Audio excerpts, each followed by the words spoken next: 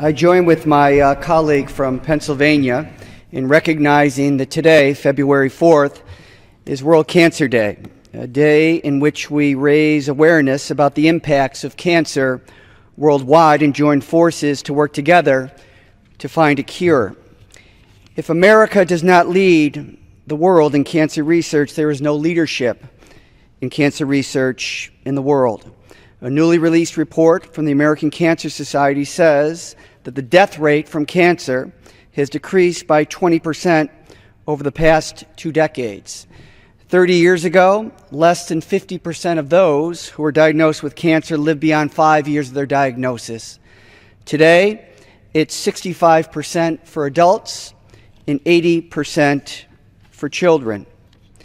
Cancer research needs to be sustained if it's to be effective.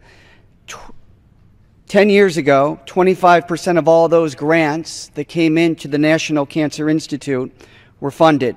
Today, it's less than 8%. We're not only losing important research, but we're also losing talented researchers who leave the field because of a lack of public funding for cancer research.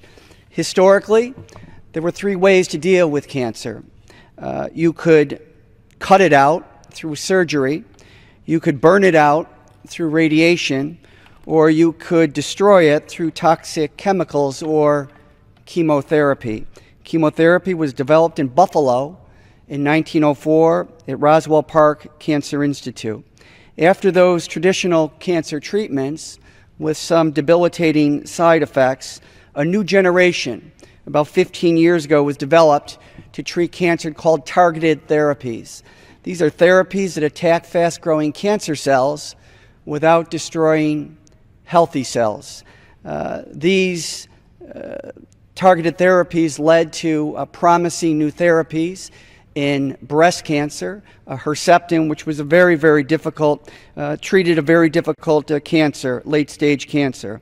Also, Gleevec, which was highly effective in treating leukemia. Today, the prestigious journal Science just declared that in 2013, the most important science discovery was something called immunotherapy.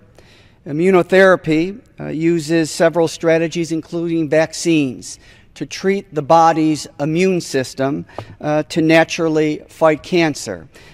What the promise is in many clinical trials that are occurring throughout this nation, including at Buffalo's Roswell Park Cancer Institute, is longer remissions without the debilitating side effects.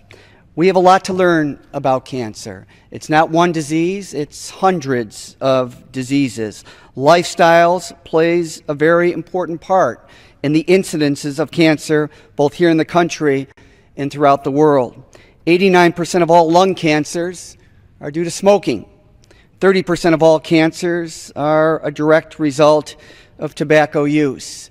In our lifetime, 1 in every 3 women will develop invasive cancer in their lifetime. 1 in 2 men will develop invasive cancer because men smoke more. But we need to know that early detection is also important as well. Less than 10% of cancer deaths are attributed to the original tumor.